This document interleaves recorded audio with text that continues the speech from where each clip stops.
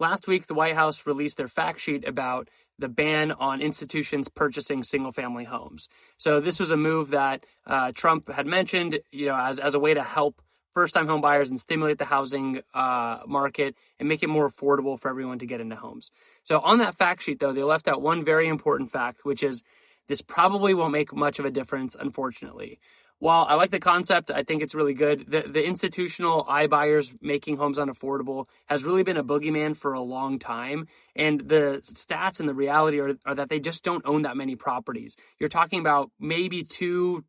At their peak, they were maybe 4% of purchases, which is a very small drop in the bucket compared to the $1 trillion market out there of single-family home purchases. So while I think this is definitely a step in the right direction, I wouldn't expect to see home prices come crashing down or anything like that because these buyers are being blocked from that single family home market. I do hope, though, that what that means is when you're bidding, you're no longer going to have that extra little bit of competition, and it makes it that much more affordable. But I really don't think it's going to make that much of a swing, if any, on the overall trends in housing. Those are still largely and the vast majority are driven by consumers and consumers going back in the market.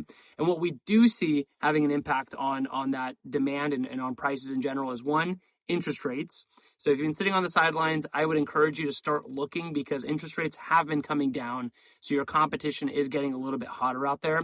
I've talked to both buyers and sellers who are saying, yeah, now all of a sudden multiple bids are coming in on homes that have been sitting for 30, 60, 90 days after the doldrums of the winter.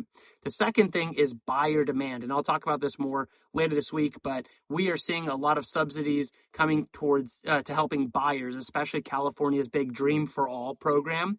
That's going to be a huge boon and helping buyers. And that does tend to drive prices up as well.